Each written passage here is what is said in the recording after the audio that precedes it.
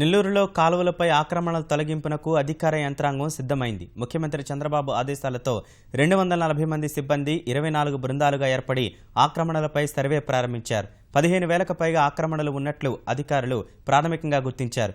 Survey చేసిన వివరాలను ఎప్పటికప్పుడు కంప్యూటరీకరిస్తున్నారు. ఎన్నో ఏళ్లుగా నివాసం ఉంటున్న బాధితులు తమకు న్యాయం చేయాలని వేడుకుంటున్నారు. నెల్లూరులో కాలువలపై ఆక్రమణలను గుర్తించేందుకు సర్వే వేగంగా సాగుతోంది. ఇందుకోసం 240 మంది సర్వేయర్లను ప్రభుత్వం నియమించింది. 10 మందిని ఒక బృందంగా ఏర్పాటు చేసింది. 24 బృందాలు నీటిపారుదల, రెవెన్యూ, పంచాయతీ రికార్డులు పరిశీలిస్తూ సర్వే ప్రారంభించారు. కాలువలపై ఉన్న భవనాలు, ఇళ్లు, కార్యాలయాల నుంచి వివరాలు సేకరిస్తున్నారు. కాలువలపై 15,000కు పైగా గృహాలు ఉన్నట్లు ప్రాథమికంగా గుర్తించారు. సర్వే చేసిన వివరాలను కంప్యూటర్లో పొందుపరుస్తున్నారు. ఇందుకోసం సర్వే బృందాలకు ట్యాబ్లను అందించారు.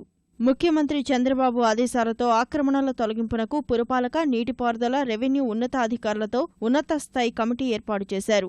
నెల్లూరు చెరువు నుంచి చింతారెడ్డిపాలెం, రాజపాలెం, వడ్డీపాలెం, అల్లీపురం గ్రామాలకు సాగునీటి పారుదలకు 13 కాలువలను దశాబ్దాల క్రితం నిర్మించారు. అప్పట్లో ఒక్కో కాలువ 40 నుంచి 60 అడుగుల మేర వెడల్పు ఉండేది. చుట్టూ పొలాలు ఉండేవి. నగరం విస్తరణలో పొలాలన్నీ స్థలాలుగా మారిపోతూ వచ్చాయి. పంట కాలువలు మురుగు కాలువలుగా రూపాంతరం చెందాయి. స్థిరాస్తి వ్యాపారులు పొలాలను స్థలాలుగా మార్చి కాలువలను సైతం ఆక్రమించి సొమ్ము చేసుకున్నారు. సొంతిల్లు లేని పేదలు తక్కువ ధరకు లభిస్తుందని కాలువ స్థలాలు కొనుగోలు చేసి ఇళ్లు నిర్మించుకున్నారు. ఫలితంగా నగరం మధ్యలో ఉన్న కాలువలు 5-6 అడుగులకు కుచించుకుపోయాయి. ప్రస్తుతం చేస్తున్న సర్వేతో స్థానికుల్లో ఆందోళన నెలకొంది. ఇళ్లు తొలగించే ముందే పునరావాసం కల్పించాలని డిమాండ్ చేస్తున్నారు. మేము ఈ వీధిలో సెట్టుగుండ రోడ్లో ఉంటున్నాం. నాకు ఇప్పుడు 60 సంవత్సరాలు. మా నాయనోళ్ళు ఈ వీధిలోకి వచ్చి ఇంకొక 20 సంవత్సరాలు అయింది.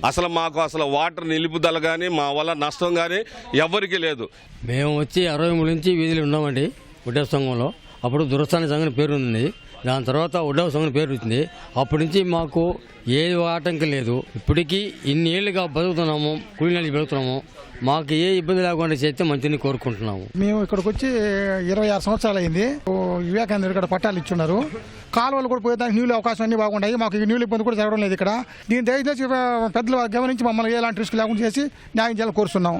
మమ్మల్ని తీసుకుపోయి ఆడన్న వేస్తారు. ఆడ నుంచి మేము వచ్చి ఇక్కడ కష్టం చేయాలంటే ఎట్లా చేసుకొని బతకాలి సార్? మేము ఉన్ని మొత్తాన్ని ఇళ్ళని లేపేస్తే మేము ఎట్లాగొచ్చి బతకాలా? బిడ్డలో పాపలం ఎక్కడ పోయి ఉండాలి? మేము అంతా చిన్నపిల్లకాయలప్పటి నుంచి మేము ఇక్కడే ఉంటున్నాము. ఇప్పటికిప్పుడు సడన్గా లేపేయాలంటే మేము ఏం చేయాలా? మా పరిస్థితి ఏంది? ఈ కాలువ కట్ట మీద వచ్చి 45-50 సంవత్సరాలు రాకపోతుంది. నాకు 60 ఏళ్ళు. ఇప్పుడు ఇక్కడే ఉన్నాం.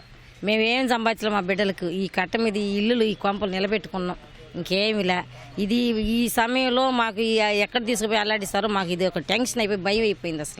నెల్లూరు నగరంలోని గచ్చు కాలువ, Dykes road, Mulumudi bus stand, Madras bus stand, Bollineni ఆస్పత్రి, దర్గామిట్ట ప్రాంతాల్లో బడా నేతలు దర్జాగా పెద్ద పెద్ద భవనాలు నిర్మించారు. ఇంతకాలం నగరానికి వరద ముప్పు పెద్దగా లేనందున ఆక్రమణలపై పాలకులు దృష్టి పెట్టలేదు.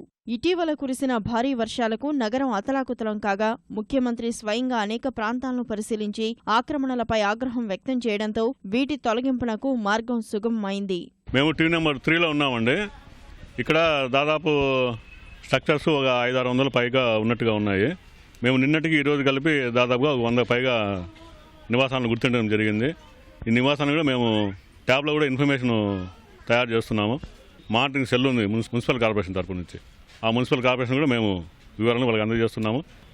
ఆక్రమణలో ఉండే నివాసాలన్నీ గుర్తించే వరకు ఈ కార్యక్రమం జరుగుతూనే ఉంటుంది. ఈ సర్వే ప్రక్రియ వారం రోజుల పాటు కొనసాగే అవకాశముంది. 13 కాలువల పరిధిలో ఆక్రమణలను గుర్తిస్తారు. సర్వే ప్రక్రియ పూర్తయ్యాక ఆక్రమణల తొలగింపుపై దృష్టి సారిస్తారు.